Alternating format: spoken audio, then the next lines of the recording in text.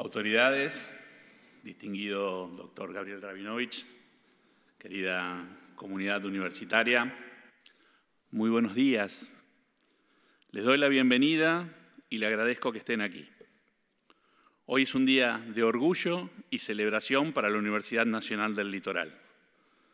Nos reunimos para otorgar el título de doctor honoris causa, máxima distinción académica que nuestra Casa de Estudio otorga, en este caso en reconocimiento a un científico argentino, cuyo nombre resuena en los laboratorios más prestigiosos del mundo, el doctor Gabriel Adrián Rabinovich. Este no es un mero acto protocolar, es el reconocimiento a una trayectoria que ha redefinido fronteras en la ciencia, salvado vidas y proyectado el nombre de Argentina en la vanguardia de la investigación global. Según nuestro estatuto universitario, este honor se reserva para quienes encarnan excelencia, impacto, compromiso y servicio a la humanidad. Doctor Rabinovich, usted encarna estos valores. Desde su Córdoba natal, comenzó su camino en las aulas de nuestra querida Universidad Nacional de Córdoba. Hoy, en la ciudad de Buenos Aires, desde el Instituto de Biología y Medicina Experimental del CONICET y la prestigiosa Universidad de Buenos Aires, dirige una revolución científica, la glicomedicina. Sus descubrimientos sobre galectinas y los glicanos han descifrado una relación oculta en nuestras células, asociada al control de la respuesta inmunológica y vascular en procesos fisiológicos y patológicos. Una relación que regula la inmunidad contra el cáncer, promueve la resolución de enfermedades autoinmunes e inflamatorias, protege la vida en el vientre materno y modula la interacción entre patógenos y hospedadores. Estos resultados, en la frontera de la inmunología, glicobiología y oncología, han permitido proponer nuevos paradigmas asociados al control de programas inmunológicos y vasculares y el diseño de nuevas estrategias terapéuticas en cáncer, enfermedades autoinmunes e inflamación crónica. Sus más de 325 publicaciones en Cell, Nature o Immunity no son solo papers, son faros que guían nuevas terapias para millones. Obviamente, la influencia del doctor Rabinovich trasciende largamente el laboratorio. Podría estar horas dando cuenta de su importancia, pero al menos considero que no puede dejar de mencionarse que, a lo largo de su trayectoria, ha sido distinguido como miembro de las más reconocidas instituciones científicas: la Academia Nacional de Ciencias de los Estados Unidos, la Organización Europea de Biología Molecular, la Academia Latinoamericana de Ciencias, la Academia de Ciencias del Mundo en Desarrollo, la Academia Argentina de Ciencias y la Academia Argentina de Ciencias Exactas, Físicas y Naturales.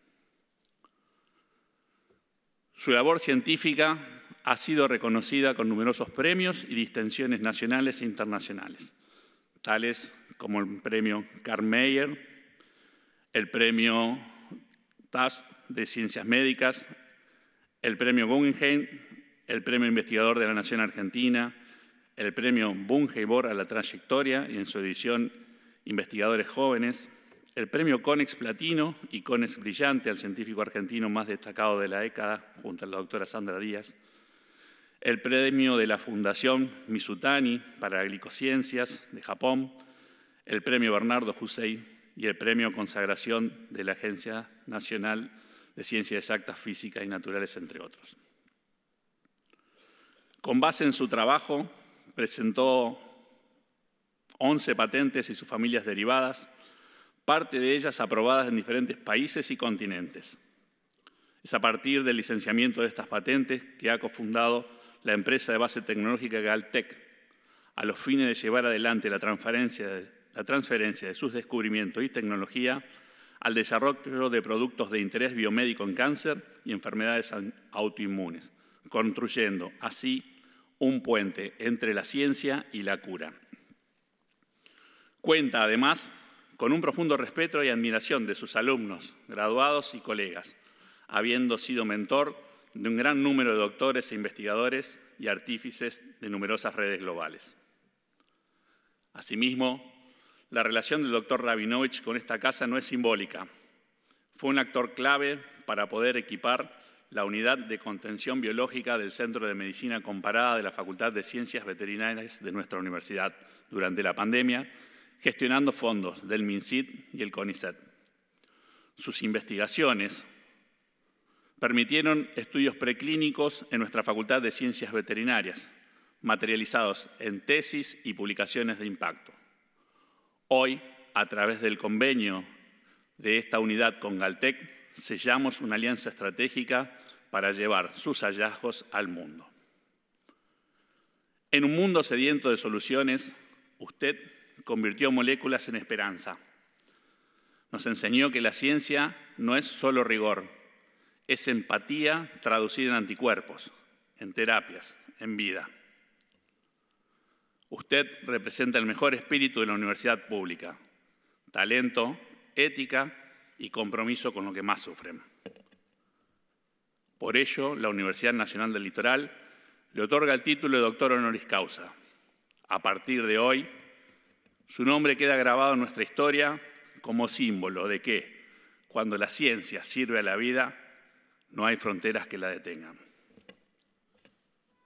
Que este título sea un recordatorio, que Argentina tiene la capacidad de generar científicos excepcionales, que la curiosidad, cuando se alimenta con pasión y ética, cambia el mundo. Gracias, doctor Rabinovich, por ser parte de la Lux Indeficient de la Universidad Nacional del Litoral.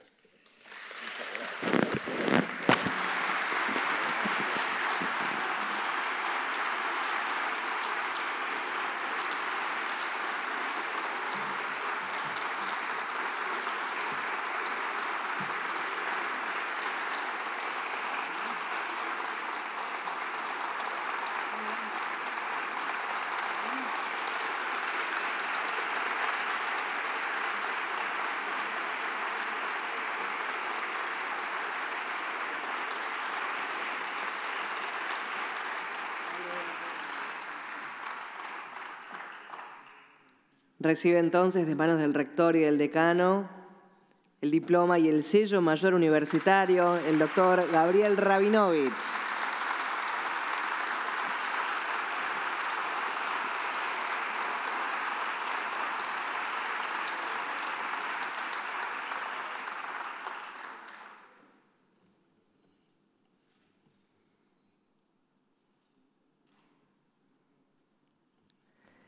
Y seguidamente se dará lectura a la resolución del Consejo Superior número 466 con fecha 22 de agosto de 2024, la cual resuelve declarar doctor honoris causa al doctor Gabriel Rabinovich. Para ello, convocamos al secretario administrativo de Universidad, abogado Martín Izaguirre.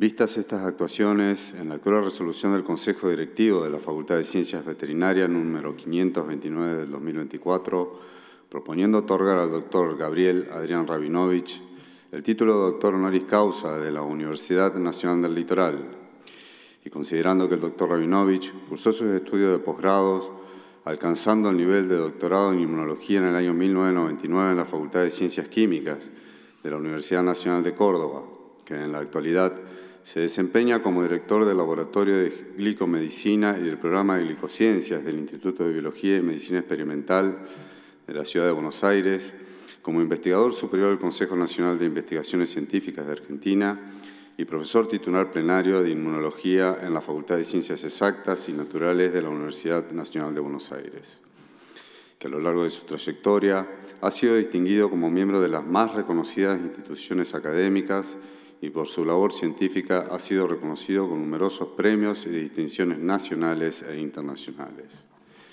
que se desempeñó como editor asociado y miembro del Consejo Editorial de numerosas revistas científicas.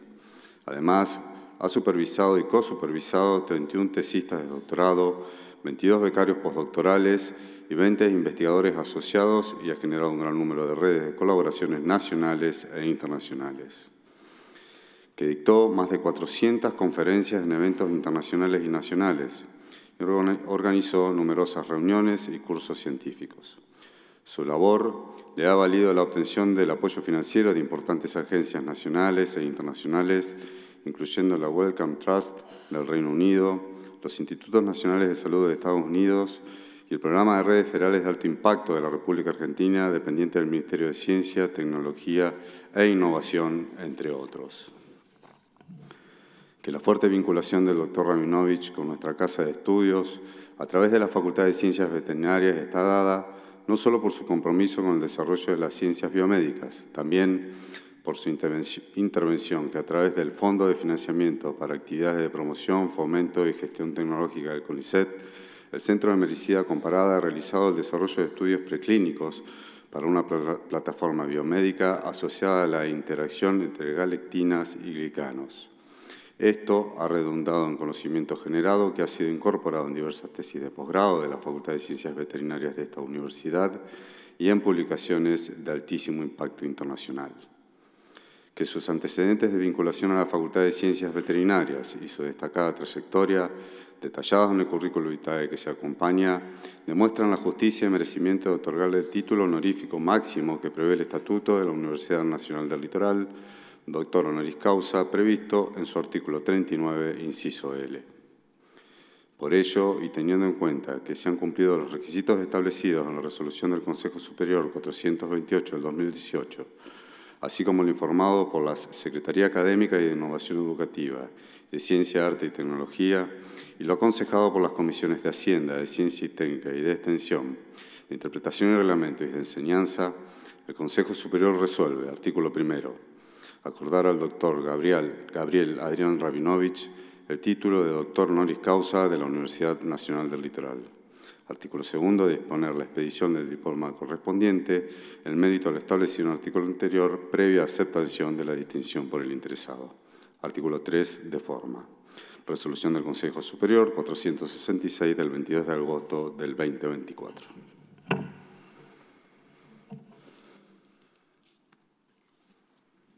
Renovamos el aplauso para el flamante doctor honoris causa, doctor Gabriel Rabinovich.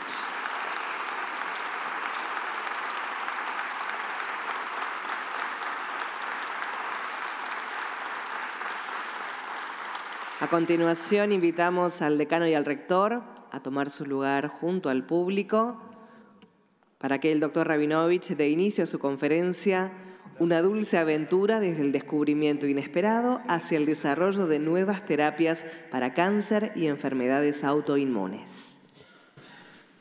Bueno, buenos días a todos. Qué emociones. Es difícil empezar después de esto y muy emocionado. Yo preparé algunas palabras para transmitirles antes de la conferencia, así que bueno, aquí van. Señor Rector de la Universidad Nacional del Litoral, doctor Enrique Mamarela, señor Decano de la Facultad de Veterinaria de la Universidad Nacional del Litoral, veterinario Sergio Parra, señora Secretaria de Ciencia y Técnica de la Universidad Nacional del Litoral, ingeniera Laura Cornaglia, señor Decano de la Facultad de Medicina de la Universidad Nacional del Litoral, estimadas autoridades, colegas, estudiantes y amigos. Quisiera comenzar estas palabras expresando la inmensa emoción que siento y el honor que representa para mí este enorme reconocimiento proveniente de la universidad pública, de alto vuelo, inclusiva y comprometida socialmente y con un gran impacto social y en la ciencia y la tecnología de nuestro país, como es la Universidad del Litoral. Quiero agradecer en primer lugar a quien hizo posible esta distinción, al doctor Hugo Ortega. Un científico y tecnólogo brillante, multifacético, imprescindible en nuestro país. Hugo ha logrado lo que ningún otro científico ha logrado en Latinoamérica, vincular los descubrimientos científicos con la transferencia tecnológica a la sociedad. Esto lo ha logrado gracias a su trabajo pionero y el de su gente en la concreción de ensayos preclínicos esenciales para establecer programas de transferencia, desarrollo de productos y la ejecución de servicios claves para la comunidad de científicos y biotecnólogos de la región, integrando las actividades públicas y privadas. Además, es una persona sumamente generosa, capaz de hacer realidad muchísimos proyectos en tiempos complejos, como lo ha demostrado durante la pandemia y en la coyuntura actual. Quiero felicitar públicamente a Hugo por su trabajo único. Sin él, muchos de nuestros proyectos no podrían haberse llevado a cabo. Quiero también mencionar a dos personas que están aquí en la audiencia y han sido para mí una gran inspiración, tanto en lo profesional como en lo personal, Raquel Chan y Alejandro Tato Vila. Muchas gracias por todo. Este reconocimiento no me pertenece a mí solamente, sino a todo nuestro equipo en su totalidad, a los estudiantes que eligen día a día nuestro laboratorio para realizar sus tesis doctorales y a los becarios postdoctorales, técnicos e investigadores que nos eligen para llevar adelante su carrera científica. También es dedicado a aquellos ex becarios que se encuentran en distintos rincones del país y del mundo, llevando nuestra ciencia y nuestro corazón a distintas latitudes, y a aquellos colegas y colaboradores que me han acompañado durante estos 30 años. Sin duda, esta distinción le pertenece también a mis maestros de la Facultad de Ciencias Químicas de la Universidad Nacional de Córdoba, donde di mis primeros pasos, especialmente a Carlos Landa y Clelia Riera, mi directora de tesis. Al Hospital de Clínicas, donde comencé mi carrera de investigadora al llegar a la Ciudad de Buenos Aires, sin duda al Instituto de Biología y Medicina Experimental, al IBIME, que nos albergó desde hace ya 18 años, especialmente a Eduardo Charró, un fan de la Universidad del Litoral. Yo conocí a la Universidad del Litoral a través de él, que fue discípulo directo del Premio Nobel Bernardo Husay, que confió en nosotros para brindarnos un espacio en el IBIME. Le pertenece además a la facultad que me permite enseñar y aprender día a día, la Facultad de Ciencias Exactas y Naturales de la Universidad de Buenos Aires, y a las fundaciones sin fines de lucro que nos apoyan.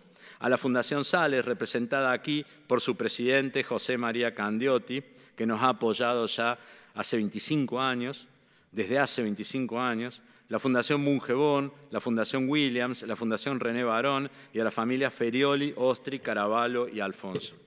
Hace casi 2 años, el 17 de agosto del 2023, tuvimos la enorme alegría, junto con más de 200 amigos, colaboradores y colegas, uno de los días más importantes de nuestra vida científica sucedió.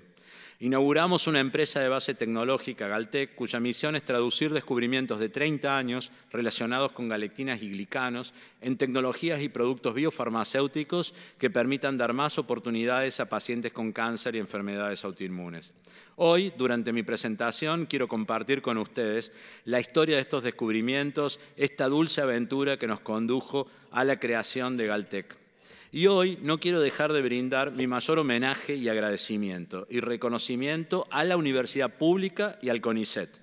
Quiero transmitirles que todo el camino recorrido, todos los descubrimientos que surgieron de nuestro laboratorio no hubieran sido posibles sin estas instituciones que me cobijaron durante toda mi vida. En el año 1995, el CONICET me otorgó mi primera beca de iniciación en Córdoba. En 1999, una beca postdoctoral que me permitió arribar a la ciudad de Buenos Aires, y en el año 2002 ingresé a la carrera del investigador de CONICET. A su vez, este proyecto involucró un enorme número de becarios, investigadores y técnicos del CONICET.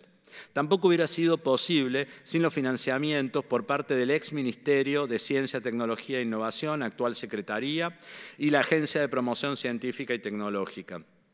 En este sentido, las tecnologías de Galtec se hallan fortalecidas por una amplia propiedad intelectual, constituida por familias de patentes sostenidas hasta el año pasado por el CONICET y la Fundación Sales, que a través de un convenio firmado con la institución y ante la concreción de diferentes hitos establecidos, permitirá generar retornos a inventores, al CONICET y a las instituciones involucradas, estimulando de esta manera un circuito virtuoso que promueve la cooperación público-privada y la posibilidad de impactar en toda la sociedad. Si ser científico es intentar, en primer lugar, comprender las diferentes realidades, siento que no podemos desentendernos del paradigma dual que nuestra actividad nos impone, aportar al desarrollo del conocimiento y garantizar que nuestros logros sean accesibles por igual a todos los hombres, a toda la sociedad. Pero no podremos solos, necesitamos el apoyo de todos, particularmente de nuestros gobernantes, que no pueden eludir sus responsabilidades de generar políticas que cuiden la educación, preserven la salud de la población, particularmente de los más vulnerables, y defiendan la ciencia y la tecnología. En Argentina no solo podemos importar o generar tecnologías asociadas a descubrimientos de países centrales, sino que tenemos el talento humano y la potencia para desarrollar ciencia innovadora y original que impacte en el conocimiento universal y transforme el tejido social. Sin embargo, hoy la realidad de nuestros científicos es cada día más triste.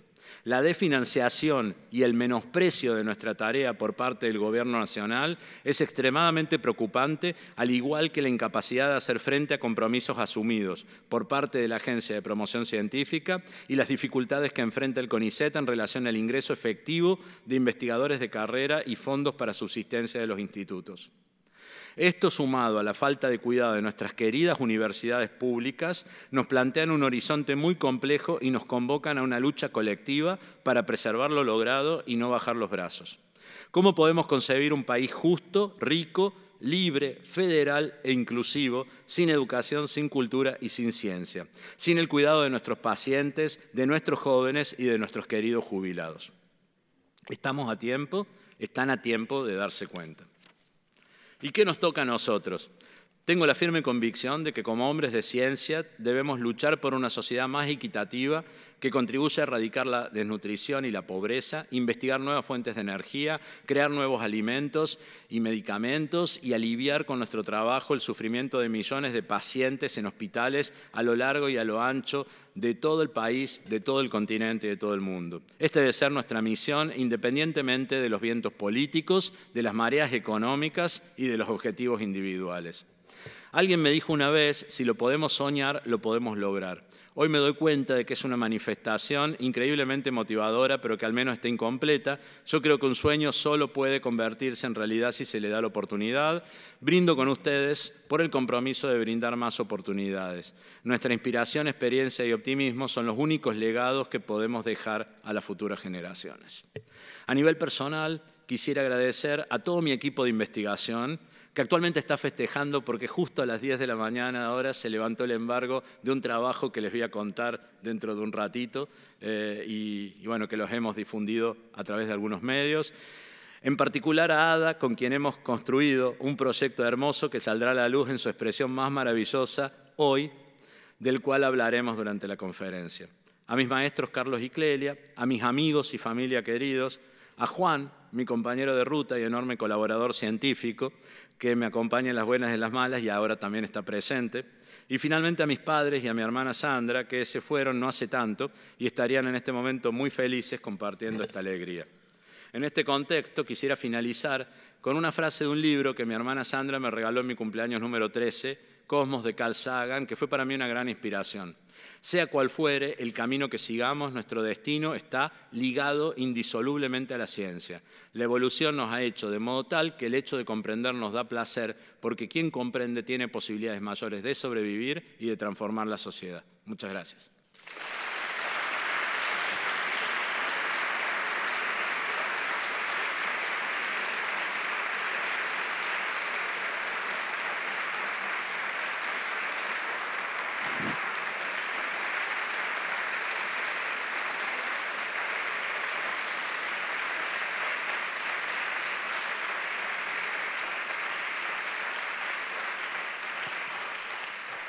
Bueno, esta es una historia que comenzó, ahora se me escucha mejor, ¿no? Bien. Como les decía, un descubrimiento o una historia con un sabor argentino y que involucra a dos, a galactinas con su interacción con azúcares. Como sé que acá hay gente que viene de las biológicas, ¿no? De medicina, de bioquímica, de biología, de veterinaria, pero también debe haber abogados, contadores. Levanten la mano quienes vienen de las ciencias de la vida. La gran mayoría, ¿no? La gran mayoría, bien. Pero bueno, va a haber una parte de las diapositivas que van a tener que ver con algunos mecanismos y hay otra parte de las diapositivas que van a ser dedicadas a la otra parte de la audiencia. Bueno, durante las últimas 2 décadas hemos sido testigos de una revolución enorme en torno a la inmunoterapia en cáncer. Hace 2 décadas, cuando hablábamos de cáncer, acordémoslos los que tienen más o menos la misma edad que tengo yo, escuchábamos hablar de cáncer, inmediatamente se nos aparecía la quimioterapia, la radioterapia, pero no había casi soluciones. Y el cáncer era una mala palabra. Era imposible decir la palabra cura cuando uno escuchaba la palabra cáncer.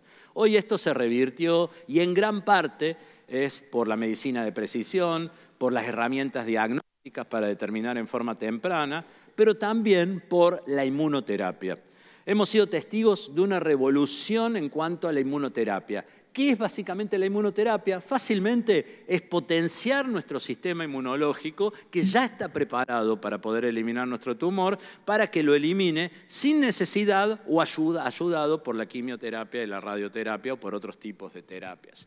Y esto ha sido una revolución enorme, pero no empezó ahora. Empezó hace más de 120 años con este hombre de bigotes. ¿Me alcanzan a ver el...? No sé si se alcanza a ver la... Bueno, no importa. Este hombre que pueden ver, que es William Coley, en 1893, un médico de New Jersey que veía que sus pacientes que tenían sarcomas de piel, cuando eran infectados por las bacterias de erisipela, disminuía el tamaño del tumor. Entonces decidió inyectar, en esas épocas no se necesitaba tantos comités de ética para hacer tantas cosas, inyectó en sus pacientes bacterias alrededor del tumor y empezó a ver regresión del tumor. Publicó este tipo de trabajos y fue el primero que se le ocurrió pensar que quizás los microbios generaban una respuesta inmunológica que era útil para poder eliminar tumores. Sin embargo, pasaron más de 120 años hasta que esto se hiciese realidad. Y esto permitió ganar el premio Nobel a Jim Allison y a Tasuku Honjo en el año 2018 por el descubrimiento de dos descubrimientos 100% básicos. O sea, habían descubierto que en el microambiente donde crecían los tumores y durante la respuesta inmunológica, no solo hay señales positivas que estimulan que nuestras defensas aparezcan, sino que hay señales negativas que las frenan. Diciéndolo de otro modo, cuando nosotros manejamos un auto, inmediatamente pensamos que tenemos que apretar el acelerador. Yo cuando empecé a manejar decía, ¿pero qué pasa? ¿Que el auto no sale? Le decía a mi papá, como cuando vos estás manejando. Hijo, saca el freno de mano, me decía. Entonces, estas son las moléculas inhibitorias. Los linfocitos están preparados para poder llegar y eliminar al tumor y, sin embargo, en el microambiente del tumor hay señales que frenan a estos linfocitos. El descubrimiento de estas señales fue esencial porque permitió pensar que quizás si yo bloqueaba estas señales, hacía que los linfocitos puedan atravesar y eliminar el tumor. Y esto fue lo que descubrieron, que dio lugar a dos drogas fundamentales, el ipilimumab, o anticuerpos anti-CTLA4, y el pembrolizumab, que es anticuerpos anti-PD1, ¿no? Ahora casi todas las compañías farmacéuticas tienen un inhibidor de puntos de chequeo. A esto se le llamó checkpoints, o puntos de chequeo. Pero hoy en día un paciente va y tiene un tumor y en la gran mayoría de los tumores es posible utilizar inclusive inmunoterapia como primera línea. Digamos, hace 2 años se utilizaba como segunda o tercera línea. Hoy en día se le propone al paciente inmunoterapia. Y lo importante es que se le proponga a todos los pacientes, no solamente a los pacientes que lo pueden pagar. Pero hoy en día realmente está muy cubierto por la medicina y ha generado una revolución muy grande. Bueno, ¿cómo funciona nuestro sistema inmunológico para poder eliminar los tumores? Este es un tumor en rojo que está creciendo, libera antígenos tumorales. Los antígenos tumorales son proteínas extrañas, neoantígenos, que empieza a expresar el tumor. Y estos antígenos son captados por células que se llaman células dendríticas. Todos tenemos células dendríticas que están patrullando nuestro organismo. Cada tejido nuestro está patrullado por células que al encontrar algo extraño se van a los ganglios linfáticos nuestros, a los órganos linfáticos y le avisan a nuestro ejército, que son los linfocitos, que tienen que activarse. ¿Vieron cuando tenemos los ganglios inflamados, cuando tenemos una gripe? Ahí es cuando empiezan a activarse esta presentación. Estas células dendríticas llegan al ganglio linfático, se encuentran con linfocitos T y si el linfocito T tiene un receptor para ese antígeno determinado, empieza a producir miles de millones de clones exactamente iguales, de linfocitos iguales que van a migrar hacia el tumor para poder defenderlo. Todo parece perfecto. Sin embargo, cuando llegan al microambiente del tumor, empiezan a suceder mecanismos de escape y empiezan a producirse señales que frenan estos linfocitos para que estos linfocitos no puedan actuar. En esto se basa nuestro trabajo, ¿no? En tratar de identificar de alguna manera cuáles son esos mecanismos e intentar bloquearlos para que pueda ingresar el linfocito. Ustedes díganme si voy muy rápido. Mis alumnos en la facultad me dicen que explico muy rápido a veces en las encuestas. Bueno, esto se ve en esta fotografía, no la saqué de una revista científica, sino de The Economist, donde lo que mostró es que las drogas que hoy en día en el mercado generan mayores beneficios económicos son justamente los inhibidores de punto de chequeo, las inmunoterapias. Ya no hay casi compañía mundial que no tenga anticuerpos anti-PD1 o anticuerpos anti-CTLA4. Y fíjense cómo funcionan acá como en el checkpoint Charlie. Están los linfocitos T que quieren eliminar al tumor, sin embargo no pueden porque están las barreras. Esas moléculas que yo les conté son las barreras. Levantando las barreras pueden pasar los linfocitos y esa es la inmunoterapia. Y esto se logra con anticuerpos monoclonales, inhibidores de CTLA4 o inhibidores de PD1. Bueno, son solamente para darles una aproximación clínica. Estos son los primeros ensayos que se hicieron clínicos con pacientes. Y realmente fue extraordinario el efecto que causó. Siempre cuando uno comienza a estudiar y empiezan los distintos tumores, hay tumores que están en el rango más caliente y otros en el más frío. ¿Qué significa esto? Los más calientes son los que es muy fácil estimular el sistema inmune porque logramos tener una respuesta. El melanoma, por ejemplo, que es el tumor de piel. Los más fríos son los más complejos, como por ejemplo los tumores de páncreas o cerebros, que no expresan tantos neoantígenos y además tienen un estroma enorme que imposibilita la entrada de linfocitos. En el medio hay otros como colorectal, pulmón, etc. Esto se comenzó en melanoma, los primeros ensayos comenzaron en melanoma metastásico. Fíjense en la curva azul, estas son curvas de sobrevida, pacientes que sobreviven y pacientes que sobreviven libres de enfermedad, que es el parámetro más importante, ¿no? Con azul están aquellos que recibieron quimioterapia y con anaranjado aquellos donde se comenzó a inyectar anti-PD1, nivolumab, que es uno de los anticuerpos anti-PD1. Realmente incrementó muchísimo, especialmente la sobrevida libre de progresión. ¿Cuál es el efecto que tienen estos anticuerpos? Bloquean las señales inhibitorias, los linfocitos se activan, pero a su vez genera una memoria duradera en el tiempo. A diferencia de la quimioterapia que actúa muy rápido, esto actúa en forma duradera, tarda en ejercer su efecto. Hay que esperar quizás 1 mes, 2 meses, pero dura muchísimo más porque genera una respuesta inmunológica de memoria. Es como una vacunación y esto permite que el sistema inmunológico, ante el reingreso de un microbio, por ejemplo, o ante el tumor que vuelve a crecer, empiece a reaccionar. Bueno, comenzó en melanoma, pero hoy en día cada año aparece en el ASCO una condición diferente a la cual se puede aplicar. Pulmón, acá pueden ver, cabeza y cuello, cáncer renal, cáncer de colon, especialmente aquellos que son deficientes en enzimas de reparación, cáncer cervical, cáncer de mama triple negativo, cáncer gástrico.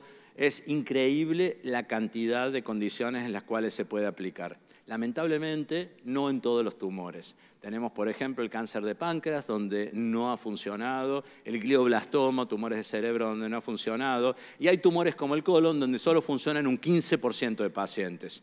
¿Qué pasa? Esos 15% de pacientes tienen deficiencias en las enzimas de reparación, tienen mayor cantidad de mutaciones. Cuanto más mutaciones es más extraño entonces el antígeno que se presenta y entonces responden mejor. Hay una paradoja que, por ejemplo, esta terapia funciona mejor en fumadores que en no fumadores. Hay gente que va al clínico y dicen, yo no he fumado toda la vida y encima, lamentablemente, no me funciona la inmunoterapia. Pero es porque el cigarrillo causa mutaciones. Cuanto más extraño es el tumor, más presencia de neoantígenos y más respuesta a la inmunoterapia. Entonces, la inmunoterapia ha solucionado, pero no más de un 30% en cada tipo de tumor. Hay tumores donde soluciona un 5, en un 15, un 20, y hay una ventana de oportunidad para poder modular que es enorme. Imagínense, 85% de posibilidades en un cáncer de colon metastásico.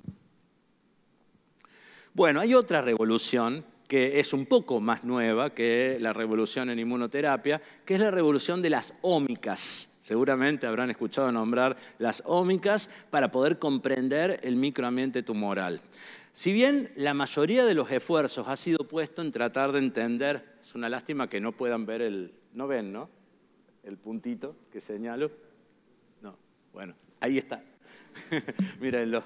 Si bien el mayor de los esfuerzos ha sido puesto en la genómica, la transcriptómica y la proteómica, sabemos que es necesario muchísimo más para comprender el mundo real, inclusive la genómica, la glicómica, perdón. La glicómica es el repertorio de azúcares que recubren las células y los tejidos, que hay muy poco que se sabe. La información que codifican esos azúcares no ha sido esclarecida. Cuando leíamos los libros de texto, los que tienen mi edad, decían los libros de química biológica, los azúcares decoran la superficie de las células y los tejidos. Nosotros creemos que es mucho más que un ornamento y nuestra hipótesis es que las proteínas de unión a azúcares decodifican esa información. Entonces, la responsabilidad de codificar la información codificada por el glicoma recae en proteínas que leen estos azúcares y que se llaman lectinas o proteínas de unión a azúcares. Entre esos hay muchísimas, las importantes en el sistema inmunológico son las lectinas tipo C, Ciglex y galectinas. Nuestro laboratorio focaliza, como pusimos en esta cover de la revista Immunity, en descifrar los glicocódigos en inmunidad. Especialmente hay un tipo de proteínas con las cuales empezamos a trabajar desde hace 30 años, que se llaman galectinas. Estas proteínas están muy conservadas a través de la evolución. Hay galectinas en hongos, hay inclusive dominios de galectinas en microbios, en virus, en plantas, y sin embargo han evolucionado, primero jugando un rol intracelular adentro de la célula, pero durante la evolución se empezaron a liberar. Y empezaron a jugar un rol en microambientes inflamatorios o tumorales.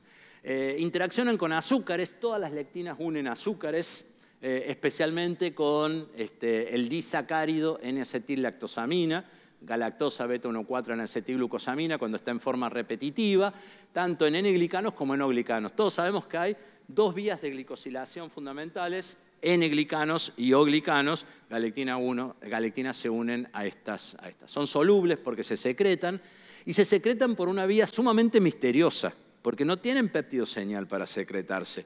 Pero sin embargo, la mayoría de estas proteínas las encontramos en el microambiente extracelular. Y es un gran misterio. Hace 2 años publicamos un trabajo en Nature Immunology pudiendo demostrar algunos de los aspectos de esta secreción, porque no pasa el retículo plamático y el Golgi como las mayorías de las proteínas que se secretan, sino que se secretan en ribosomas libres y hacen poros en la membrana que permiten que se externalicen y que ejerzan su función. Se clasifican en 3 familias, las proto, las quimera y tándem. Nosotros nos vamos a concentrar ahora en galectina 1, que es como un Pac-Man, tiene un dominio de reconocimiento de carbohidrato que puede dimerizar. Ese dímero o la multimerización de ese dímero es fundamental para que señalice, para que genere una señal con una afinidad determinada. Entonces acá podemos mostrar las funciones. Ahí está.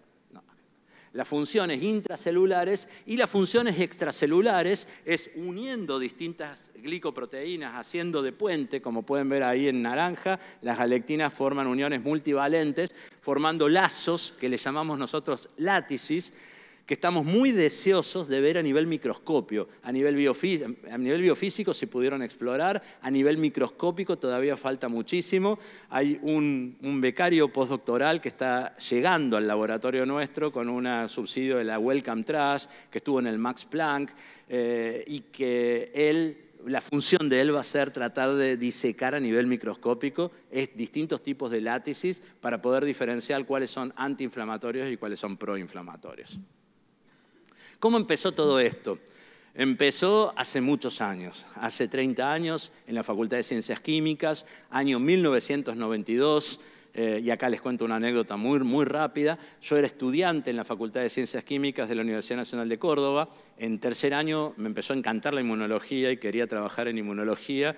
Y como siempre llego tarde y no había lugar en la cátedra de inmunología. Pero me dijeron que en el departamento de química biológica había un doctor, Carlos Landa, que trabajaba, que necesitaba un ayudante alumno y que trabajaba en la retina del pollo. Imagínense la decepción al principio. La verdad, trabajar en la retina del pollo no era mi objetivo, pero me salvó la vida, porque lo que él me dijo es, mira, yo sé que te gusta la inmunología, lo que vamos a hacer este año es generar anticuerpos policlonales en conejos relacionados con distintas proteínas de unión a azúcares y glicoconjugados que están en distintas capas de la retina y que yo necesito para inmunistoquímica. Entonces, fue bueno, yo tenía en ese momento 23 años, aprendí a hacer anticuerpos policlonales, a purificarlos, terminé y justo apareció un lugar en la cátedra de inmunología para poder hacer la tesis doctoral. Hablé con Clelia Riera, empecé la tesis doctoral, un año entero con un proyecto que no me salía para nada, y eso me gusta contarlo porque si hay becarios y si hay gente joven, para que no se decepcionen si las cosas no les salen. Pero era una lucha constante y no tenía, lo que yo quería en ese momento era solamente tener un póster para presentar en la SAI, en la Sociedad Argentina de Inmunología, porque iba solo de compañía de mis compañeros. Y bueno, un día de frustración donde pensé que lo mío capaz que era la bioquímica clínica, era volver al hospital donde había hecho la residencia de bioquímica clínica, al hospital de niños, recordé los anticuerpos que había hecho cuando era estudiante, que parte estaban en el laboratorio y parte me los había dado Carlos Landa, que se había mudado al CEPROCOR y los tenía en el freezer de la casa de mis padres. Entonces, yo tenía ensayos de Western blot que en ese momento utilizaba para un proyecto de neuroinmunología y lo que hice es simplemente las membranas de nitrocelulosa ponerles algunos de esos anticuerpos que había generado. Uno de esos anticuerpos reconoció una banda. La emoción de tener un primer resultado positivo después de un año y medio de trabajo fue enorme. Y lo primero que pasó, esto era más o menos julio, cuando hay que presentar los resúmenes para ir a Mar del Plata al Congreso, lo mandé y fue una presentación que fue vergonzosa, porque lo único que dije es, tengo un anticuerpo, reaccionó contra una proteína que no tengo la menor idea qué es, pero es una banda proteica, y esa fue mi primera presentación. Bueno, fuimos avanzando, la verdad es que logré unir a mis dos maestros, a Carlos Landa y a Clelia Riera, y empezar un proyecto en colaboración, que al principio fue secundario, y después empezó a ser un proyecto de tesis doctoral. Identificamos, cuando secuenciamos esta proteína, digamos que teníamos, gracias al apoyo que siempre me dio la NICE-PRO, la Facultad de Farmacia y Bioquímica de la Universidad de Buenos Aires, pudimos viajar, secuenciarlo y apareció una proteína de 14 kilodaltons de unión a azúcares beta-galactósidos. Como en ese momento la palabra galectina no se había acuñado, apareció en un trabajo en Cell de consenso en el año 1996 más o menos. Y bueno, logramos básicamente, al ser de unión a beta-galactósidos, hacer columnas de lactosil cefarosa, purificarla, fueron horas en las cámaras frías purificándola, y cuando la teníamos pura, ponérsela a linfocitos, a ver si esta la expresaban fundamentalmente los macrófagos, las células dendríticas, esas células que presentaban el antígeno, ¿qué pasaba con los linfocitos? Pensábamos primero que los iba a estimular, y para nuestra sorpresa, los mataba. Al otro día no había linfocitos en la placa, pero fundamentalmente cuando los linfocitos estaban activados. En ese momento no teníamos la menor idea de que nos enfrentábamos frente a un paradigma, digamos, de que galectina 1 mataba a esos linfocitos activados por apoptosis. Pero bueno, fundamentalmente demostramos eso, demostramos la capacidad antiinflamatoria e inmunosupresora, no sabíamos para qué servía, pero sí sabíamos que lo hacía, que suprimía la respuesta inmunológica y que estaba muy incrementado en tejidos tumorales. Publicamos una serie de trabajos, en el año 99 terminé mi tesis y me mudé a la ciudad de Buenos Aires. En ese momento, como mucha gente, intenté ir a hacer un postdoctorado afuera, tenía muchos deseos de hacerlo, y por cuestiones personales, mi madre se enfermó en ese momento y no pude viajar. Pero bueno, fue realmente muy bueno esa situación porque me permitió continuar trabajando con galectina 1, aún en mi etapa postdoctoral, y ahí me recibió el doctor Leonardo Feynman en el Hospital de Clínicas de la Ciudad de Buenos Aires. Y como para mi entrada a carrera y para la beca postdoctoral, planteé la hipótesis de que quizás los tumores producían tanta galectina 1, muchísimo más que los normales, para poder evadir la respuesta inmune. Y esto es lo que en general cuando uno va a las bases de datos encuentra, ¿no? A diferencia de otras galectinas, solo galectina 1 aumenta cuando aumenta la progresión tumoral en todos los tumores, 99% de los tumores analizados. En otros casos es un comportamiento dual, a veces aumenta y a veces disminuye. Y la expresión de galectina 1, como pueden ver en rojo, se correlaciona con una baja sobrevida de los pacientes. Cuanto más galectina 1 un paciente tiene en un tumor, menos sobrevida tiene y menos sobrevida libre de enfermedad. Y eso estaba muy claro en todos los tumores que se analizaban. Por supuesto, las bases de datos vinieron después de esa época, pero esto es como una cosa, un viaje en el tiempo, tipo el libro Rayuela de Cortázar, ¿no? Bueno, esto nos hizo pensar entonces que los tumores, a medida que avanzaban, suprimían la respuesta inmunológica a través de galectina 1. Galectina 1 lo que tenía era que eliminaba linfocitos T activados, los tumores a medida que avanzaban tenían más galectina 1, y eso nos hizo asociar conceptos nada más y proponer la hipótesis de que galectina 1 le ayudaba a un tumor a poder escaparse del sistema inmunológico. ¿Vamos bien? ¿O voy rápido? ¿Los contadores y abogados me lo juran? Muy bien, ahí me quedo tranquilo. Bueno, ahora les voy a contar una serie de trabajos que surgieron de esto, que en realidad se los voy a resumir bastante. Con mi primer becaria, Natalia Rubinstein, en el Hospital de Clínicas, demostramos que tomando tumores como el melanoma, que es el primero con el cual uno trabaja, que el melanoma utiliza a galectina 1 para poder evadir la respuesta inmunológica. Cuando trabajábamos con melanomas humanos y con melanoma in vitro y con melanomas de ratón in vivo, cuando bloqueamos, como pueden ver en la figura A, en el gráfico A, bloqueamos galectina 1 a nivel genético, porque en ese momento no teníamos ni anticuerpos ni nada, solamente, y se utilizaba la tecnología antisentido, que los que son biólogos moleculares se acordarán de esas épocas, donde no existían otras tecnologías como CRISP para eliminar un gen. Bueno, en ese momento cuando eliminábamos galectina 1 y en los tumores les inyectábamos a los animales, el tumor sucedía lo que sucede ahí abajo, que no lo puedo señalar con el láser, pero que el tumor dejaba de crecer.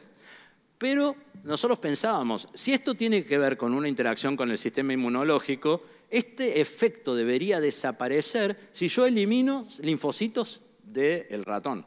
Entonces, primero hicimos un tratamiento para eliminar linfocitos del ratón CD4 o CD8 y empezamos a ver que el tumor volvía a crecer como cuando tenía mucha galectina 1. O sea que había un diálogo entre el tumor y el sistema inmune que estaba mediado por galectina 1. Bueno, la verdad que esto nos envalentonó mucho. También veíamos que había una citoquina central que mediaba este proceso, que era el interferón gamma, y mandamos a publicar a la revista referente en cáncer del mundo con mucho miedo. Y bueno, finalmente lo aceptaron y fue en la tapa como The Sweet Kiss of Death, galectina 1 y el escape tumoral. Y este podría ser que fue el paper que nos llevó a pensar, ¿y si bloqueamos galectina 1 en cáncer, no podría ser una posible terapia? Obviamente con mucho miedo publicamos esto, porque no había laboratorios en el mundo que hayan trabajado y nos daba mucho temor, tampoco era la era de la inmunoterapia. Bueno, tardó un tiempo, pero hoy en día sabemos, gracias al trabajo de muchos otros laboratorios, pero también de nuestro laboratorio en muchos tumores diferentes, que galectina 1 es un mecanismo universal que utilizan muchos tumores para poder evadir la respuesta inmune y un blanco terapéutico ya demostrado.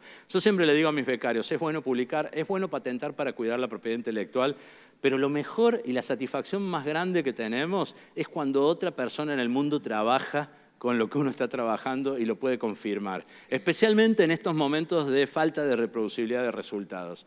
Y entonces lo primero que sucedió es que un grupo de Harvard nos contactó, que trabajaban en linfoma Hodgkin, trabajamos junto a ellos y demostramos que galectina 1 también lo utiliza el linfoma Hodgkin para evadir la respuesta inmune, también los tumores de pulmón, y otros laboratorios en el mundo empezaron a demostrar en otros proyectos. Entonces, empezamos a investigar los mecanismos. Y en este contexto empezamos a ver todas las células del microambiente tumoral. Hay múltiples células que juegan un rol. Entonces, ¿cuáles eran las células involucradas? Hay células que son malas, como los tumores claramente. Hay células que son buenas, como los linfocitos T. Hay células que son cómplices del tumor, que parecen buenas y parecen malas. Es la sociedad misma, ¿no? Células que parecen buenas, pero que parecen malas, que están cerca, pero no están cerca, etcétera, etcétera, etcétera. Así sucede un microambiente tumoral y así se conforma. Y esta es la imagen del microambiente tumoral, donde vemos el tumor. Y quisimos ver cómo galectina 1 afectaba no solamente a los linfocitos, sino también a células como el endotelio, que forman los vasos sanguíneos, que le llevan al tumor sangre y oxígeno para vivir, los fibroblastos, las células dendríticas, que son las que presentan el antígeno. Quisimos hacer una disección del microambiente tumoral y ver el impacto de galectina 1 con sus licanos en el microambiente tumoral. Bueno, para poder, vamos a hacer un paréntesis, y yo sé que esto es un poquito más aburrido, pero vamos a las clases de glicobiología de la facultad. Hay dos formas de glicosilación diferencial, en N y en O glicanos, básicamente. Galectina 1 interacciona, ¿ven ese color tan lindo que es el azul y amarillo que está ahí?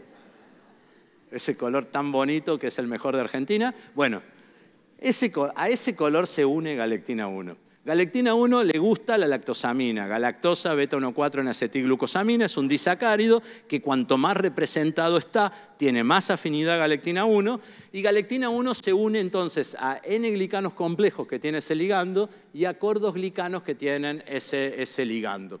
Sin embargo, hay un residuo que a galectina 1 le molesta y que no puede interaccionar, y es el ácido siálico en posición alfa-2,6, es un escudo que impide la acción de galectina 1, que pueden ver ahí en rombos de color fucsia. Y básicamente hay enzimas que son claves, que se llaman glicosiltransferasas, que son claves para poder generar esos azúcares y esos ligandos. Hoy, digamos, les voy a mencionar dos: C2GNT1, que es la que elonga los cordoglicanos para formar los ligandos, MGAT5, que elonga los N-glicanos complejos, y ST6-Gal1, que es la que genera el siálico, la sialiltransferasa que adiciona y evita. Lo importante es que una célula, uno puede predecir si va a responder a galectina 1 en función de la actividad de estas enzimas, de estas glicosiltransferasas. Bueno, y en ese momento que empezamos a estudiar los mecanismos, vino una becaria brillante al laboratorio, Marta Toscano, que ahora está a cargo en el Hospital Carrillo Oñativi en Salta, de toda la parte de biomedicina. Y ella me dijo, no, yo quiero algo más mecanístico, no tan fisiológico, quiero estudiar los mecanismos.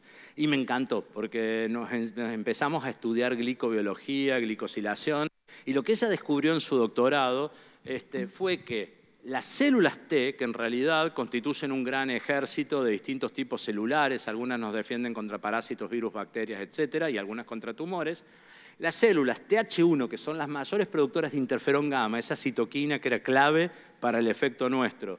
Las células CD8, que son las citotóxicas que matan en forma directa. Las células TH17, que son las que producen interleuquina 17 y un ambiente inflamatorio, se recubren de todos esos azúcares que son cruciales para que galectina 1 pueda matarlo, especialmente cuando se activan.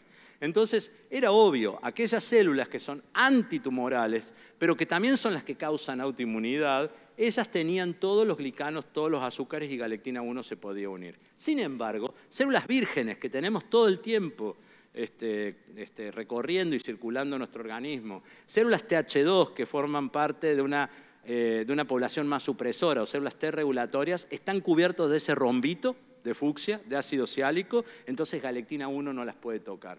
Y esto nos abrió la cabeza muchísimo. No estaríamos pensando entonces en un inmunosupresor selectivo que mate a las células, un grupo de células particulares y otras no. Y esto es malo en el caso de tumores, pero es bueno en el caso de unas enfermedades causadas por estas células, que son las enfermedades autoinmunes.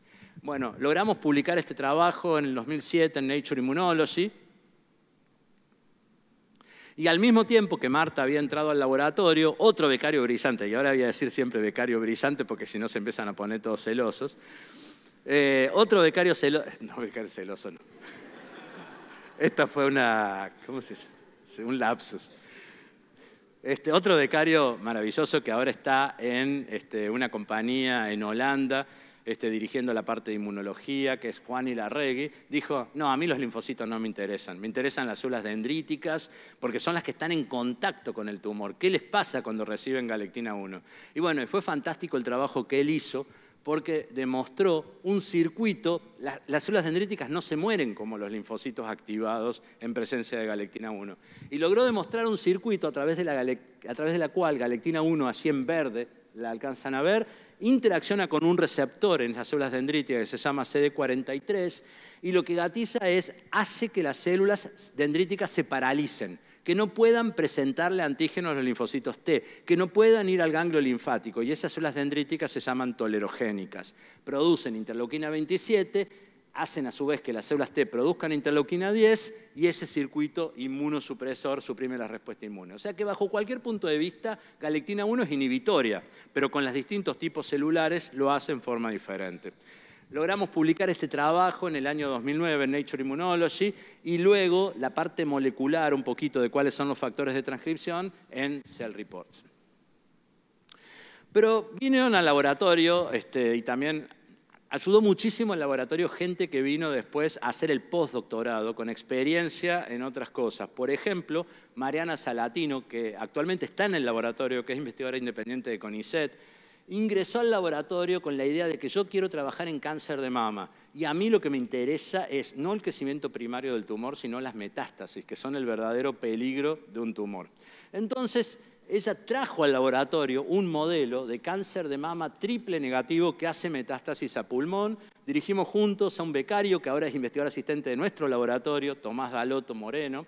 Y lo que demostramos es que cuando los tumores de mama tenían mucha galectina 1, hacían mucha metástasis. Fíjense acá cómo se ve la metástasis en cáncer de pulmón, la cantidad de focos metastásicos que hay arriba, en el panel superior. No lo puedo señalar, pero es el panel superior.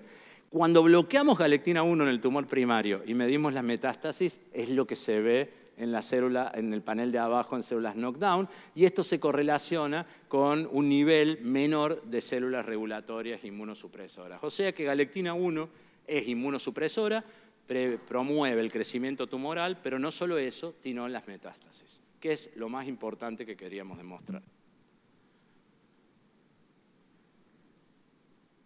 Bueno, pero ahí venía un rol de, comenzó ahí vinieron al laboratorio patólogos que observaban las biopsias y lo que nos decían en cada uno de los informes es, cuando ustedes bloquean galectina 1, no solamente hay un aumento del sistema inmune, sino una disminución de la vascularización, de los vasos sanguíneos. Ustedes saben que los vasos sanguíneos le llegan al tumor para poder llevar oxígeno, nutrientes y que el tumor crezca y haga metástasis. Es otro mecanismo de escape que tienen. Y entonces, como pensamos que galectina 1 aumentaba la vascularización, y esto pensamos, podría ser a través del sistema inmune o independientemente del sistema inmunológico.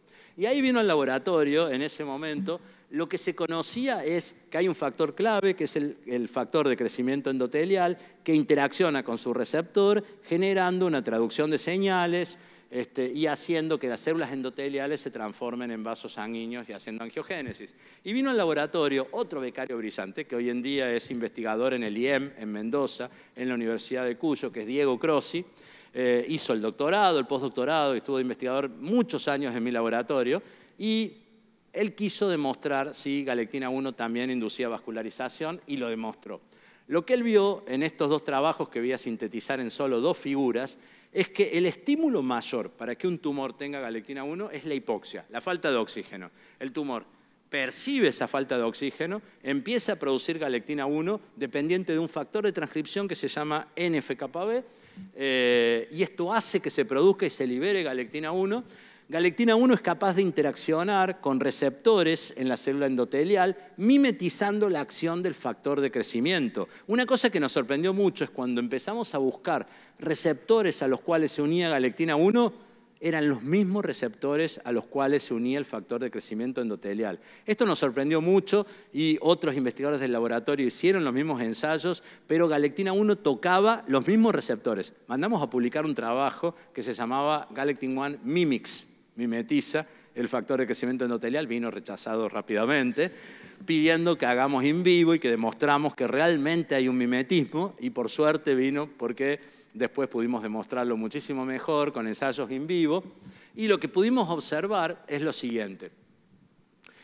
Nosotros pensamos, si galectina 1 se une al mismo receptor que el factor de crecimiento, hay terapias que se basan en el bloqueo del factor de crecimiento endotelial. El bevacizumab o Avastin inhibe este crecimiento endotelial y entonces los tumores deberían dejar de crecer. Porque yo le saco el factor de crecimiento, le saco la posibilidad de hacer angiogénesis, deberían dejar de crecer. Sin embargo, hay una ventana de tiempo en la cual lo hacen y después vuelven a crecer de nuevo. Entonces, esta es la búsqueda de potenciales mecanismos que puedan ayudar a que esto suceda. ¿Qué es lo que nosotros descubrimos? Los tumores que son sensibles al tratamiento, que son bastantes, tienen en su endotelio ese escudito, ¿se acuerdan? De ácido ciálico alfa-2,6, impide la acción de galectina 1 y galectina 1 no promueve vascularización, pero los tumores que son resistentes tienen desnudos los ligandos para galectina 1. Y entonces galectina 1 puede unirse, puede causar angiogénesis y el tumor vuelve a crecer aun cuando yo le haya sacado el VEGF, el factor de crecimiento endotelial con el anticuerpo. Bueno, estos son algunos de los experimentos que nosotros hicimos. Por ejemplo, ratones que no tenían en células endoteliales ácido ciálico, el tumor crece como si fuese resistente. Y lo opuesto cuando noqueábamos las glicosiltransferasas involucradas en la refractariedad. Bueno, por suerte, mandamos el paper a publicar, uno de los referís no le gustaba una parte, que no siempre es malo, porque nos permitió profundizar en esa parte que no le gustaba ese referí para otra revista, y pudimos publicar 2 trabajos de uno. Y esto nos puso muy contentos, especialmente ese trabajo de Cell, que nos abrió muchísimo el camino en el campo de la vascularización. Pero todavía lo habíamos demostrado solamente en ratones y faltaba demostrarlo en pacientes. Era muy difícil, porque los pacientes no solo reciben el bevacizumab, nosotros queríamos ver si galectina 1 era un biomarcador del tratamiento antiangiogénico. Necesitábamos muestras de pacientes que habían sido tratados con bevacizumab para verle los niveles de galectina 1 en sangre o en tejidos, pero que no hayan sido tratados con quimioterapia ni con ninguna otra cosa. Cuando hablamos con los oncólogos era muy difícil conseguir ese material hasta que vimos un trial clínico que se había abandonado en el Reino Unido, hablamos con los médicos, era un estudio multicéntrico que se llamó AVAS-M en melanoma, donde apenas le diagnosticaban el melanoma y post cirugía les daban bevacizumab. A algunos pacientes les iba bien y a otros les iba mal. Logramos liberar ese trial, ese ensayo clínico, nos mandaron las muestras. Imagínense que el trabajo de Cell lo publicamos en 2014 y este lo publicamos en 2023. O sea, pasaron 9 años. Logramos recuperar las muestras, hicimos los ensayos a doble ciego, les mandamos el material y ellos nos dijeron qué sucedía. Y fue algo muy bueno, ¿no? Porque encontramos que a nivel estadístico los niveles de galectina 1 estaban elevados en plasma de pacientes con melanoma tratados con bevacizumab. O sea que el tratamiento hacía que galectina 1 aumente. Lamentablemente nosotros queríamos ver si había un marcador predictivo de que el paciente iba o no iba a reaccionar. Pudimos ver que la expresión de galectina 1 en baseline, que sería la base cuando uno comienza la patología, no permite predecir la sobrevida. Sin embargo, a medida que se hace el tratamiento, aumenta galectina 1. Es un mecanismo de resistencia adquirida.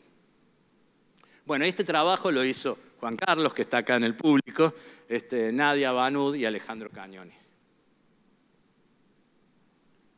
Ahí es donde capaz que me empieza a pasar muchas juntas. Ahí está. Bueno, queríamos demostrar, y ya falta mucho menos, les prometo, queríamos demostrar si esto funcionaba y si era importante. Vamos al tumor más difícil que existe. ¿Cuál es? El tumor de páncreas. El tumor de páncreas es un tumor totalmente frío. Esto significa que no tiene neoantígenos. Hay un estroma enorme que protege como una fortaleza donde el sistema inmune no puede aparecer. Y esa fortaleza está compuesta por fibroblastos. Y empezamos, nosotros no teníamos ningún modelo, y empezamos una colaboración con el Instituto del Mar en Barcelona, con la doctora Pilar Navarro, que nos dio sus modelos. Y lo primero que hicimos es ver cuáles son las células en ese tumor, donde el tumorcito es chiquito y el estroma es una cosa enorme que lo rodea. Y vimos que galectina 1 en ese tumor se expresaba en ese estroma enorme. En los fibroblastos se llaman células pancreáticas estelares. Galectina 1 estaba súper expresada allí. Son tumores muy desfavorables, resistentes a la inmunoterapia. Entonces decidimos primero hacer un cocultivo de células de pacientes, de esas células de esos fibroblastos de pacientes con células del sistema inmune y células tumorales, y a su vez un modelo animal que era mutantes en 2 oncogenes, KRAS y P53, lo cruzamos con nuestros animales GAL1 knockout. Quisimos ver qué pasa desde el lugar de los ratones y desde el lugar de los pacientes. Bueno, ambos resultados marcaron que la inhibición de galectina 1 reducía la angiogénesis, que era algo esperable, aumentaba los niveles y la frecuencia de células CD4 y CD8 al microambiente tumoral. Por otro lado, lo más importante, reducía la metástasis hepática, que es una de las condiciones más graves de este tumor. Y esto nos hizo cada vez más fortalecer la idea de que el bloqueo de galectina 1 podría ser terapéutico en distintos tipos de tumores. ¿Vamos bien? Bueno, ya vamos a ir más rápido. Bueno, pero una cosa fundamental que veíamos en todos estos modelos, pero fundamentalmente en que había unas células que disminuían fundamentalmente, que se llaman células mieloides supresoras. Las células mieloides supresoras son las células más malas que hay en un microambiente tumoral. ¿Qué pasa? Se contagian del tumor y hacen todo lo que hace el tumor. Pero son células que salen de la médula ósea para ser neutrófilos, para ser monocitos, macrófagos, para defendernos, pero cuando se acercan a un tumor se hacen malas. Y en esto consiste el trabajo que acabamos de publicar y que acaba de salir hace una hora y que les voy a contar muy rápidamente. Básicamente, el misterio más grande es cómo estas células que están preparadas, que en la médula ósea se preparan para ser neutrófilos, la primera línea de defensa para ser macrófagos, monocitos, cuando llegan a un tumor, el tumor las hace cómplices y las coopta para poder aumentar el crecimiento tumoral. Estas células inhiben a los linfocitos, pero también aumentan las células T regulatorias. Ellas mismas hacen angiogénesis. O sea que hacen vascularización y forman vasos sanguíneos y generan metástasis. Entonces nos preguntamos, a su vez son actores claves en la resistencia a las terapias. Como galectina 1 era inmunosupresora y como también era angiogénica, nos preguntamos si quizás la cantidad enorme que había de galectina 1 en el microambiente tumoral podía convertir estas células en células inmunosupresoras malas. O sea que un enigma que viene trabajándose hace muchísimos años. Obviamente se trató de dar explicación y toda la literatura está alrededor de checkpoints metabólicos, epigenéticos, receptores y citoquinas. Bueno, no les voy a contar todo el trabajo, pero les voy a decir en el Graphical Abstract en qué consiste este trabajo que se publicó hoy en Immunity. La gran alegría que es uno de los primeros lugares donde lo puedo contar, al trabajo en su totalidad. Básicamente vimos que en un microambiente tumoral nosotros sabíamos que los tumores producían galectina 1, pero lo que vimos es que los fibroblastos son los mayores productores de galectina 1. Cuando la célula mieloide se acerca al microambiente tumoral, empieza a aumentar significativamente la cantidad de azúcares y la exposición de azúcares para galectina 1, o sea, cordoglicanos, N-glicanos complejos, bajos niveles de ácido siálico y especialmente a los tumores que son más difíciles. Cuando llega, inmediatamente sincroniza la actividad inmunosupresora y angiogénica en forma simultánea en las células mieloides, activando, esto lo vimos por proteómica, 3 receptores, uno que es una integrina, que es CD11B, CD18 y CD177, y gatillando un factor de transcripción que es el factor STAT3 y generando angiogénesis e inmunoregulación al mismo tiempo. Entonces dijimos, si galectina 1 sincroniza esos efectos en esas células, ¿podríamos bloquear galectina 1? Entonces utilizamos nuestro anticuerpo monoclonal antigalectina 1, logramos reprogramar estas células y hacerlas buenas de nuevo. Básicamente estas células son menos angiogénicas, son menos inmunosupresoras y en vez del concepto de sacárselas de encima, que es un poco el concepto de la literatura, ¿cómo hacemos para bloquearla? Pero tienen los mismos fenotipos que un neutrófilo monocito. Entonces, ¿cómo hago para sacármelas de encima? Las reprogramamos, hacemos lo que llamamos en inglés rewiring. Las recableamos, las reprogramamos para que se conviertan en un neutrófilo monocito. A su vez vimos que los tumores, cuanto más malignos eran, tenían mayor frecuencia de células mieloides supresoras, mayor galectina 1, e hicimos un cociente que es galectina 1 sobre las células mieloides supresoras, que incluye estos dos, y cuanto mayor es es mayor el peligro o el pronóstico, es peor el pronóstico del paciente. Diseñamos una posible cover que no salió, pero se las cuento, ya que la diseñamos se las cuento. Estéticamente pensamos que iba a ser esto, Galectina 1 orquestando a través de los glicanos los programas vasculares e inmunológicos de las células mieloides. Vamos a ver en un ratito cuál es la cover que salió. Bueno, pero la pregunta del millón es ¿cómo neutralizamos Galectina 1? ¿Podemos ir a los pacientes después de toda esta historia de ciencia básica? Y para mí fue una decisión importante tratar de llevar esto a la clínica nosotros, no licenciárselos a una multinacional, sino tratar de poder ver si podíamos llevarla nosotros también. Era algo que le teníamos muchísimo miedo y bueno, lo pude hacer gracias a un equipo interdisciplinario bueno, y a la ayuda, por supuesto, en los ensayos preclínicos de Hugo. Pero básicamente, el bloqueo de Galectina 1 tiene 3 ventajas. Incrementa la respuesta inmune, suprime la vascularización y ahora sabemos que reprograma células mieloides supresoras. Son 3 en 1. Y esto es importante en la época donde las terapias combinadas son lo que se están utilizando. ¿Qué reciben los pacientes? Un antiangiogénico más una inmunoterapia, especialmente en fase cuando es en la tercera o cuarta línea.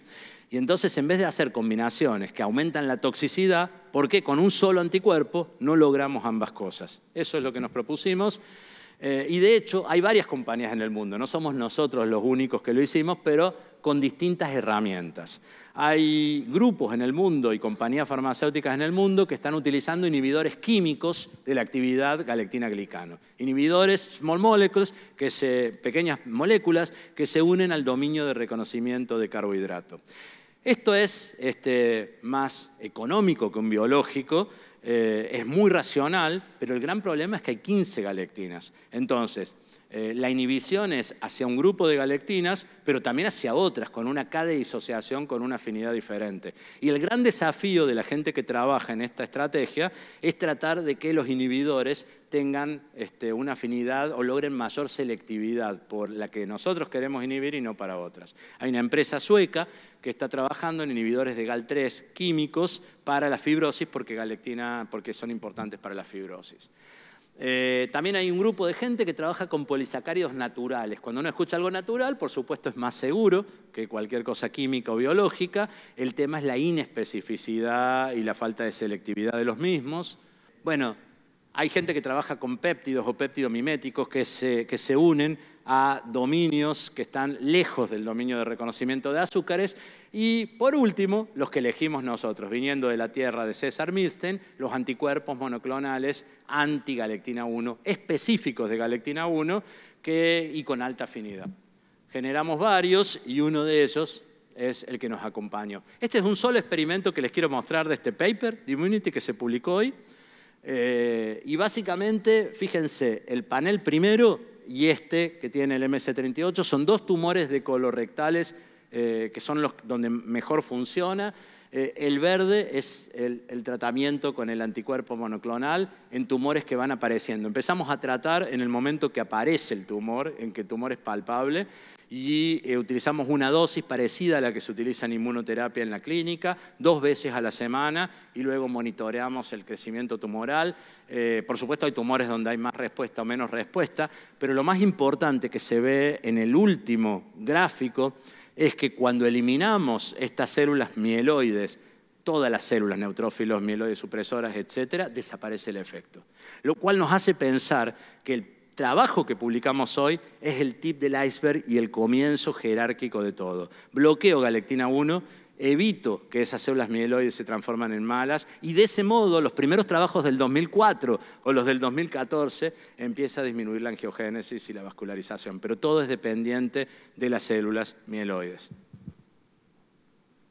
Bueno, al mismo tiempo, y ya me falta cada vez menos, esto lo voy a pasar muy rápido, nosotros veíamos que también el efecto de estas células mieloides era fibrótico y causaba fibrosis, que es otra de las características que tienen los tumores que forman esos estromas, esas fibrosis enormes, y nos contactó una científica de la Universidad de Oxford que trabaja en mielofibrosis. Para los que no conocen la mielofibrosis es una patología donde las médulas óseas, donde tienen que salir los glóbulos blancos y los glóbulos rojos, se llenan de fibroblastos, de colágeno, de matriz extracelular. Impiden que salgan los glóbulos rojos y glóbulos blancos en forma normal. El paciente empieza a tener una hematopoiesis extramedular, o sea, empieza a aparecer en hígado y en vaso, empiezan a cumplir el rol que debería cumplir la médula ósea.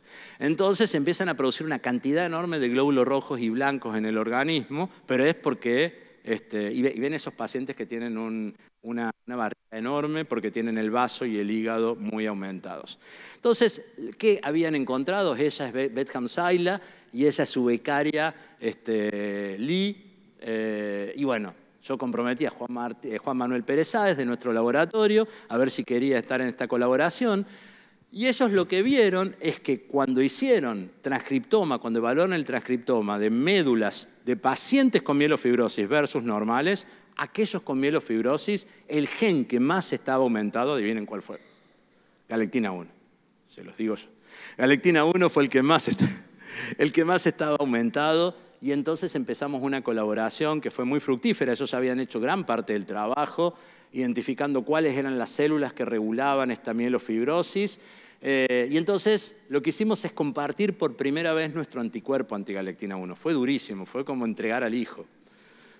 Y aparte porque teníamos miedo de que no vean ningún efecto. Pero bueno, firmamos un MTA, un Material Transfer Agreement, se los dimos, hicieron ellos los ensayos, nosotros después los hicimos en nuestro laboratorio y lo que pudimos ver es que el anticuerpo antigalectina 1 logra, como pueden ver en las figuras, reducir la fibrosis esa de médula en gran cantidad y revertir esta cantidad de plaquetas y esta cantidad de glóbulos rojos que se veían. Pero más importante es esto. El vaso que estaba aumentado en los modelos animales de mielofibrosis disminuía significativamente su tamaño, que eso era algo que el gold standard que se utilizan, que son inhibidores, por ejemplo, de JAK2, no habían logrado. Entonces, lo que decidimos es incorporar también esta patología a nuestro trabajo y lo publicamos junto con ellos el año pasado. Bueno, entonces espero que haberlos convencido de que Galectina 1 es un glicocheckpoint que vincula fenómenos de inmunosupresión, angiogénesis y fibrosis en el microambiente, jugando un rol importante en el escape tumoral, controlando las decisiones de vida de linfocitos T, llevando células dendríticas tolerogénicas a un perfil tolerogénico y en los últimos trabajos también coordinando programas inmunoregulatorios y proangiogénicos de células mieloides y contribuyendo a la fibrosis. Bueno, entonces en la era de terapias combinadas, como yo les decía, donde los pacientes reciben 2 o 3 anticuerpos al mismo tiempo, ¿podríamos pensar en que un anticuerpo antigalectina 1 pueda ser útil para contrarrestar la inmunosupresión, la angiogénesis y la fibrosis y de ese modo hacer efectos aún en esos tumores fríos? Porque podría revertir la angiogénesis y la fibrosis. Y este es nuestro deseo profundo en este momento. Y aquí rápidamente les voy a contar que hay otra cara de la moneda y es cómo Galectina 1 se podría utilizar como inmunosupresor para enfermedades autoinmunes. Esto no se los conté anteriormente, pero demostramos durante el tiempo que Galectina 1 o su terapia génica o proteica podría servir para poder suprimir distintas enfermedades autoinmunes, nosotros y otros. Este fue el primer trabajo que demostramos en artritis, donde la administración por terapia génica, el delivery genético de Galectina 1, este es un ratoncito con artritis y este es un ratoncito que recibió Galectina 1, o sea, Galectina 1 en tumores es mala, Galectina 1 para suprimir autoinmunidad se podría aprovechar generando un agonista de Galectina 1. Vimos también que en el sistema nervioso los astrocitos son células que producen muchísima Galectina 1 y permite desactivar la microglía y evitar la neurodegeneración, o sea que en autoinmunidad que conduce a neurodegeneración como esclerosis múltiple podría también ser útil. Vimos también, esto no les voy a contar en detalle, junto con un investigador de Madrid, José Luis Martín Ventura, que la arteriosclerosis, que hoy en día se considera una enfermedad autoinmune inflamatoria, Galectina 1 también funciona, animales knockout de Galectina 1 tienen mayores lesiones en los ateromas y mayores áreas comprometidas. El tratamiento con Galectina 1 logra reducir los niveles de esos ateromas, aún en ateromas formados. Y esto nos hizo pensar, si tenemos un anticuerpo monoclonal para cáncer, ¿qué podríamos hacer para autoinmunidad?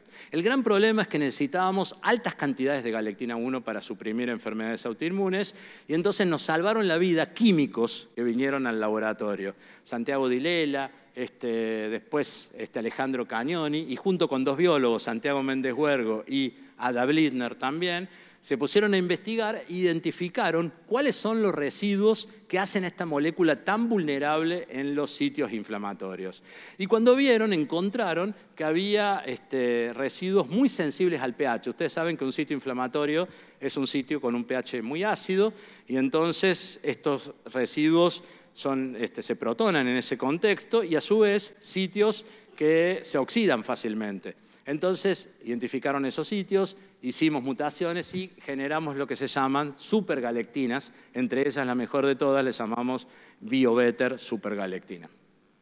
Y este es un ejemplo más o menos de cómo actúan las supergalectinas. Fíjense, este es un modelo de esclerosis múltiple, cómo funcionan las wild type arriba y las supergalectinas abajo, pero en distintos modelos de autoinmunidad. También demostramos que durante el embarazo, ustedes saben que es un sistema fisiológico que de alguna manera recapitula lo que sucede en un microambiente tumoral, ¿no es cierto? Hay en ese momento el feto que está creciendo es mitad de antígenos maternos y mitad de antígenos paternos, sin embargo no hay una respuesta de los linfocitos de la mamá frente al feto. Entonces aprovechamos también ese misterio para poder investigar y demostramos que durante el embarazo, en respuesta a progesterona, se produce galectina 1 y galectina 1 gatilla todo ese circuito inmunosupresor, evitando que los linfocitos de la mamá dañen al feto que está creciendo. Esto lo publicamos en Nature Medicine en el año 2007 y luego vimos que mujeres que tienen abortos recurrentes espontáneos sin explicación tienen en sangre anticuerpos bloqueantes antigalectina 1. Bueno, también demostramos el mismo paradigma en infecciones, o sea, hay parásitos, bacterias y virus que utilizan galectina 1 para poder evadir la respuesta inmune. Y en función de todo este trabajo, al cual le llamamos el dulce caso de Dr. Jekyll y Mr. Hyde, la mala y la buena de la película, porque es la misma proteína, pero se comporta como mala en cáncer o en infecciones y buena en enfermedades autoinmunes. Creamos dos plataformas tecnológicas, un anticuerpo antigalectina 1 en cáncer, que tiene estas ventajas que ya vimos, y una plataforma en autoinmunidad e inflamación crónica con la supergalectina 1. Esta es la famosa historia desde el descubrimiento de la terapia y de la terapia al descubrimiento. Nosotros no tuvimos ahí una idea, sino que surgió una idea completamente inesperada que nos llevó en el tiempo a poder plantear estas terapias. Por supuesto, estamos en el medio entre la investigación básica y los ensayos clínicos y para poder avanzar ha sido nuevamente crítico el apoyo que nos dio Hugo con los preclínicos.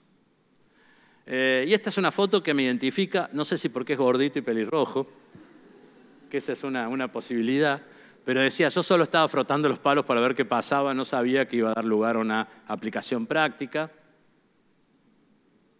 Bueno, y obviamente mencionar a Hugo, al Centro de Medicina Comparada, a Lisibeth Esperanza y a las excelentes personas que forman parte del grupo de Hugo, y les pido perdón si me olvido de alguno, pero ya los voy a completar: Facundo Salinas, Pablo Díaz, Ulises Notaro, Ayelen Amweg y Belkis Marelli. Bueno, y gracias a todo este esfuerzo, hace 2 años, como les dije, fundamos Galtec. Este es el equipo de Galtec: Pablo Hockl, Juan Manuel Pérez Sáez, Alejandro Cagnoni, Kiyomi Matsutamari y Mercedes Goin, y nuestro CEO Daniel Falcón, cuya misión es traducir descubrimientos asociados a galectinas y glicanos en tecnologías y productos biofarmacéuticos para el tratamiento de cáncer y enfermedades autoinmunes. ¿En qué momento estamos ahora?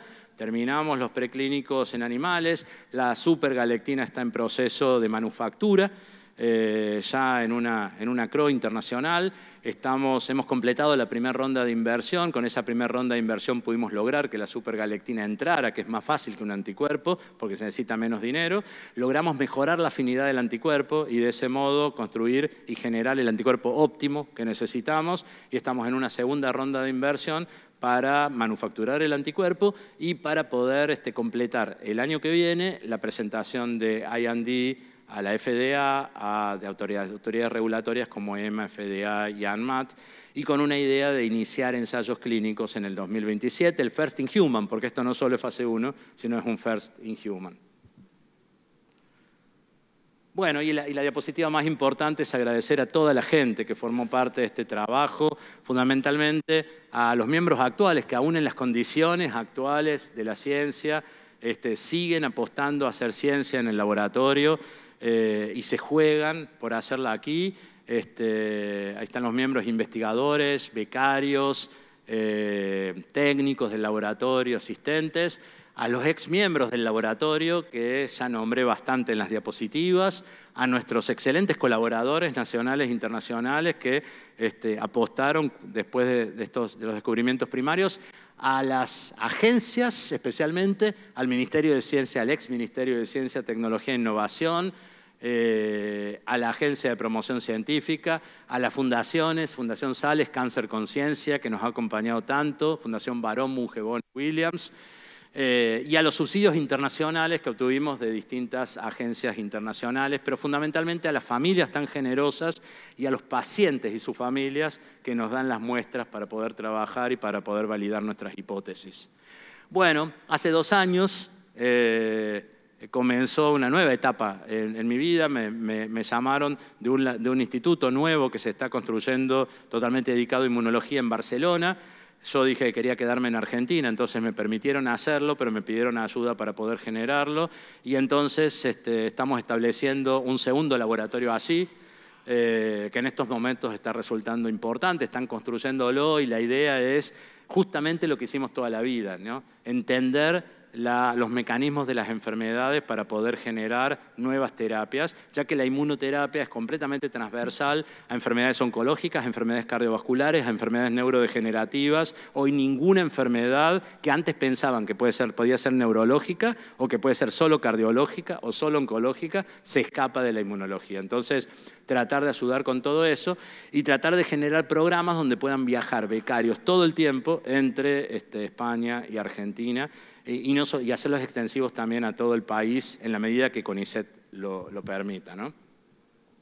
Bueno, finalmente, para terminar, sabemos que el momento es difícil y lo nombramos muchas veces, pero yo quería terminar con una frase optimista y es de del poeta chileno Pablo Neruda, que es: podrán cortar todas las flores, pero no podrán detener la primavera, ¿no es cierto? Nosotros vamos a seguir haciendo ciencia con toda nuestra fuerza porque nuestro objetivo es otro, independientemente de la coyuntura política y económica que tengamos.